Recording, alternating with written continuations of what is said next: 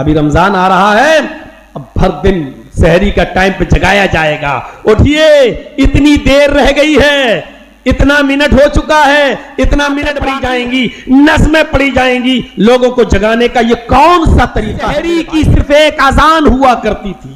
ہے کہ ہمیں عمل کی توفیق بھی عطا فرمائے. جمعہ کا خطبہ بہت مختصر ہوتا ہے, اور اس مختصر سے خطبے میں کچھ اہم اور ضروری باتیں آپ کے سامنے آنی چاہیے. نبی اکرم صلی اللہ علیہ وسلم کا عام طور پر جو خطبہ ہوتا تھا جمعہ کا, وہ وعظ و نصیحت اور تذکیر پر ڈپینڈ کرتا تھا. اس میں نصیحتیں زیادہ ہوا کرتی تھیں اور آخرت کا خوف زیادہ ہوا کرتا تھا, کیونکہ انسانوں کو, بندوں کو آخرت سے جتنا جوڑا جائے گا دنیا کی اہمیت اتنی ہی کم ہوتی جائے گی اس کی نظر میں.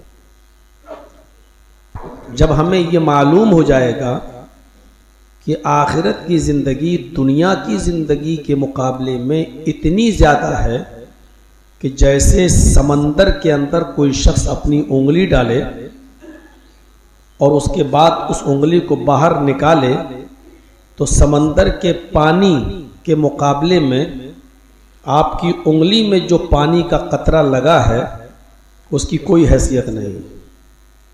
یہ دنیا کی زندگی بالکل ایسی ہی ہے آخرت کی زندگی کے مقابلے میں, کہ آخرت کی زندگی سمندر اور دنیا کی زندگی اس سمندر میں ڈوبی ہوئی انگلی کو نکالنے کے بعد جو پانی آپ کی انگلی میں لگا رہتا ہے بس وہی.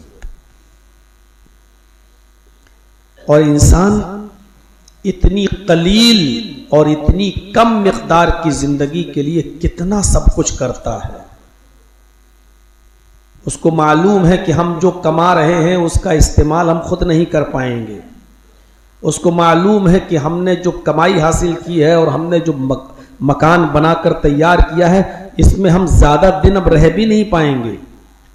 اس کو معلوم ہے کہ ہماری بقیہ زندگی جو بزنس اور کاروبار میں لگ رہی ہے اس سے جو فائدہ ہم اٹھائیں گے ہم سے زیادہ اس کا فائدہ ہماری اولاد کو ملے گا. یہ جانتا ہے لیکن پھر بھی کچھ نہ کچھ کرتا رہتا ہے دنیاوی زندگی کے لیے. اور آخرت کی زندگی جو اتنی بڑی ہے, جو کبھی ختم نہیں ہوگی, اس انسان کو سوچنا چاہیے کہ اس کے لیے ہم نے کیا کیا ہے. وَلْتَنْظُرْ نَفْسٌ مَا قَدَّمَتْ لِغَدٍ, ہر انسان کو غور کرنا چاہیے کہ کل قیامت کے دن کے لیے اس نے کون سی تیاری کی ہے. ما قدمت یداہ, اس نے اپنے آگے کیا بھیجا ہے. قرآن احساس دلا رہا ہے. اور پھر اس نے دنیا میں آنے کے بعد ہمیں اور آپ کو اس دنیا میں پیدا کرنے کے بعد اس نے یوں چھوڑا بھی نہیں اب عمل کرتے رہو, نہیں. اس نے کہا ہے کہ تمہیں ہمارے بتائے ہوئے اور ہمارے نبی کے بتائے ہوئے طریقے پر چلنا ہوگا. اصل میں عبادت کہتے کس کو ہیں ہم اس کو ابھی تک نہیں سمجھ پائے. عبادت نماز پڑھنے کا نام نہیں ہے, عبادت روزہ رکھنے کا نام نہیں ہے. یہ سب سے بڑی غلط فہمی ہے کہ ہم یہ کہتے ہیں کہ چلو نماز پڑھ لو بہت بڑی عبادت ہے, روزہ رکھ لو بہت بڑی عبادت ہے, حج کر لو بہت بڑی عبادت ہے. یہ عبادت نہیں ہے. اگر نماز پڑھنا عبادت ہوتی تو عصر کی نماز کے بعد آپ نماز نہیں پڑھ سکتے ہیں نفلی. فجر کی نماز کے بعد اگر آپ کوئی نفلی نماز پڑھیں گے تو آپ گناہگار ہوں گے. زوال کے وقت اگر آپ نماز پڑھیں گے تو آپ گناہگار ہوں گے. کہاں ہے نماز پڑھنا عبادت؟ اگر نماز پڑھنا عبادت ہوتا تو کسی بھی وقت پڑھنا جائز ہوتا.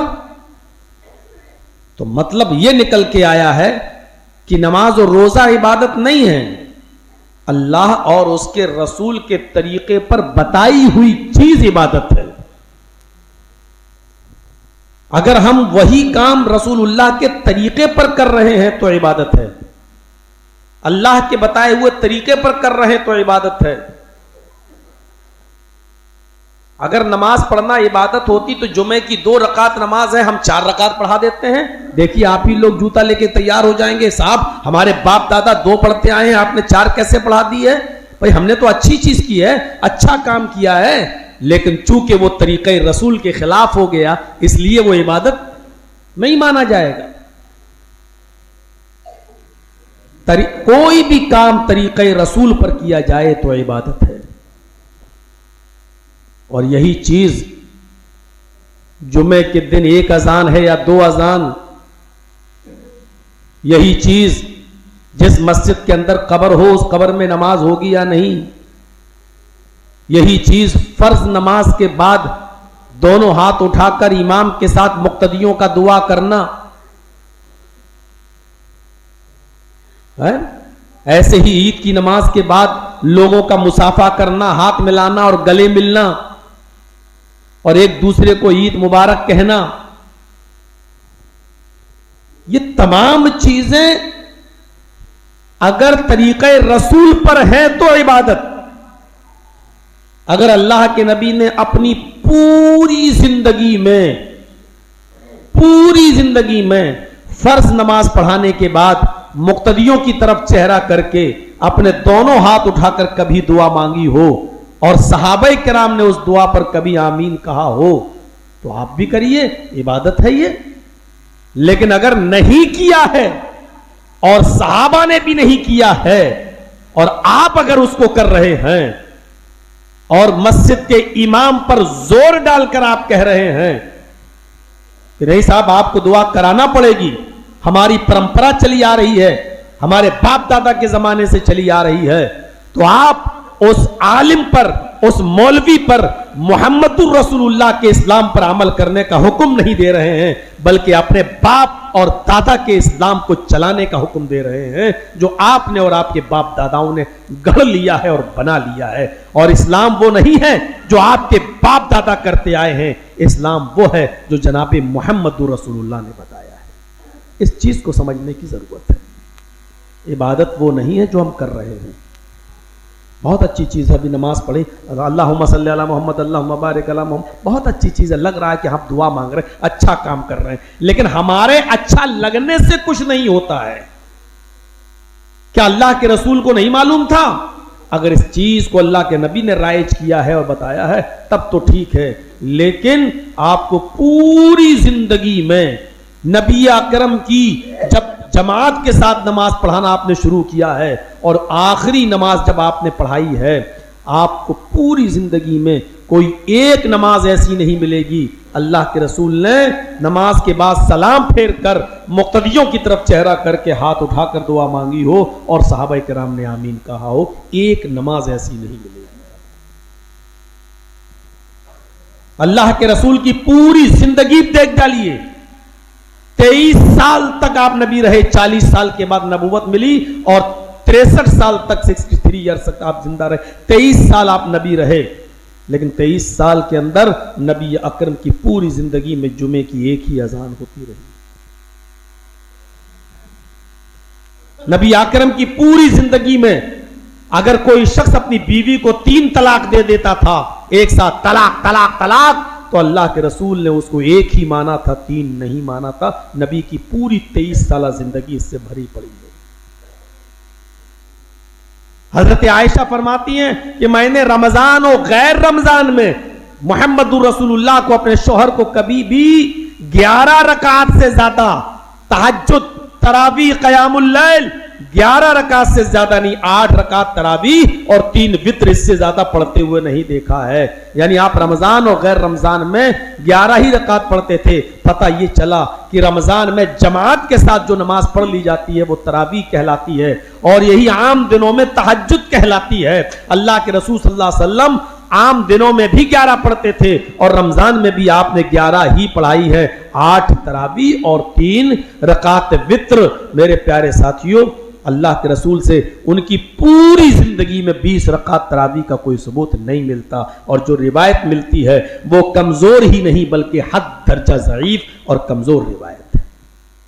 تو اسلام وہ نہیں ہے جو ہم کر رہے ہیں، اسلام وہ ہے جو جناب محمد رسول اللہ نے ہمیں اور آپ کو بتایا. ہم یہ دیکھیں کہ ہم جو کر رہے ہیں وہ نبی کے طریقے پر ہے یا نہیں. بس غور کیجیے. ایک صحابی کو چھینک آئی, چھینک, اور چھینکنے کے بعد انہوں نے کہہ دیا الحمدللہ والصلاۃ والسلام علی رسول اللہ. دیکھیے دعا تھی, کوئی غلط چیز نہیں تھی. چھینک آئی, چھینکے, اور اس کے بعد کہا الحمدللہ الصلاۃ والسلام علی رسول اللہ. حضرت عبداللہ ابن عمر وہیں بیٹھے ہوئے تھے. انہوں نے کہا یہ تم نے کیا پڑھا؟ کہا کہ چھینک آئی اس لیے میں نے کہہ دیا الحمدللہ. تمام تعریفیں اللہ کے لیے ہیں, اور نبی پر درود بھی بھیج دیا. والصلاۃ والسلام علی رسول اللہ, صلاۃ و سلام ہو اللہ کے رسول پر, محمد رسول اللہ پر. حضرت عبداللہ ابن عمر نے فرمایا نبی اکرم کے زمانے میں جب کسی کو چھینک آیا کرتی تھی تو وہ صرف الحمدللہ کہا کرتا تھا. بس وہ صرف الحمدللہ کہا کرتا تھا, الحمدللہ بس. والصلاۃ والسلام علی رسول اللہ, یہ تو نہ تو نبی اکرم نے کبھی کہا, اور نبی اکرم کے سامنے جو چھینکتا تھا کبھی اس نے بھی نہیں کہا. لہذا دعا اتنی ہی مانی جائے گی الحمدللہ والصلاۃ والسلام علی رسول اللہ کا. دل میرا بھی چاہتا ہے کہ میں بھی پڑھوں, میں بھی یہ درود نبی پر بھیجوں, لیکن اگر یہ جائز ہوتا تو جناب محمد رسول اللہ ضرور بتا کر جاتے, اللہ کے نبی ہمیں ضرور حکم دے کر جاتے. لیکن اللہ کے نبی نے جب ہمیں ایسا نہیں بتایا تو ہم یہ دعا نہیں پڑھ سکتے ہیں. اگر پڑھیں گے تو اس کا مطلب یہ ہوا کہ اللہ کے رسول نے چھپایا تھا, وہ ہمیں بتا کر نہیں گئے, اور ہم نے جو دعا پڑھی یہی جائز ہے, یعنی ہمارا اسلام نافذ ہوگا اور رسول اللہ صلی اللہ علیہ وسلم کا اسلام کمزور ہو جائے گا. لہذا یہ بدعت ہے آگے کے جملے پڑھنا. لہذا والصلاۃ والسلام علی رسول اللہ ہم نہیں پڑھ سکتے, بس اتنا ہی پڑھیں گے الحمدللہ. ہاں اگر آپ کو چھینک آئی, آپ نے کہا الحمدللہ, ہم نے سن لیا آپ کو الحمدللہ کہتے ہوئے, تو ہمارے اوپر اب ضروری ہے کہ ہم یہ کہیں یرحمک اللہ, اللہ آپ کے اوپر رحم فرمائے. اب تیسرا کوئی آدمی اور ہے تو وہ کہے یہدیکم اللہ, اللہ تمہیں ہدایت دے. اور اگر تیسرا کوئی آدمی موجود نہیں ہے تو چھینکنے والا ہی کہے یہدیکم اللہ, اللہ تمہیں ہدایت دے. اب پھر دوسرا آدمی جس نے آپ کی الحمدللہ سن کر یرحمک اللہ کہا تھا, اب وہ کہے یصلح لکم بالکم, اللہ تمہارے اعمال کی اصلاح فرمائے. یہ چھوٹے چھوٹے معاملے ہمیں اور آپ کو یاد رکھنا چاہیے. عبادت وہ ہے جو نبی نے ہمیں بتائی.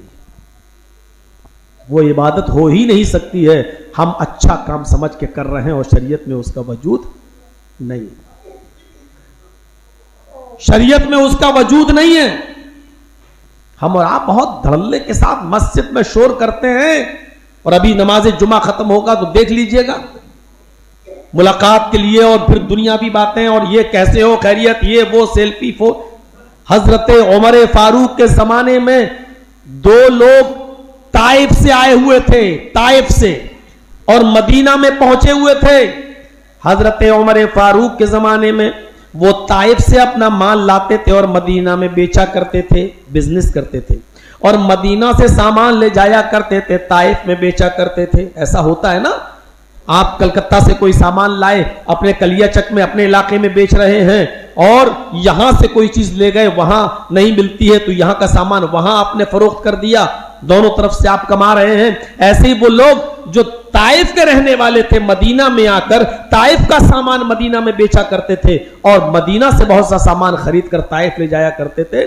تو وہ مدینہ میں سامان بیچنے کے بعد آئے اور وہ مسجد نبوی کے اندر پہنچ گئے. مسجد نبوی میں انہوں نے نماز پڑھی, اور نماز پڑھنے کے بعد وہ دونوں لوگ اپنے حساب کتاب کرنے لگے. تم نے کتنا بیچا, ہم نے اتنا بیچا, کتنی پروفٹ ہوئی, کتنی آمدنی ہوئی, کتنی انکم ہوئی, یہ آپس میں گفتگو کرنے لگے.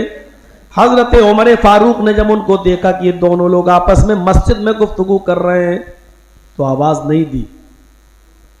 ادھر آؤ کہہ سکتے تھے, لیکن چونکہ حضرت عمر خود مسجد میں تھے اس لیے یہ کہنا بھی گوارا نہیں کیا, سنو ادھر آؤ. اگر یہ کہیں گے تب بھی شور ہوگا مسجد میں, یہ بھی نہیں کہا. باہر نکلے اور زمین سے چھوٹی چھوٹی کنکر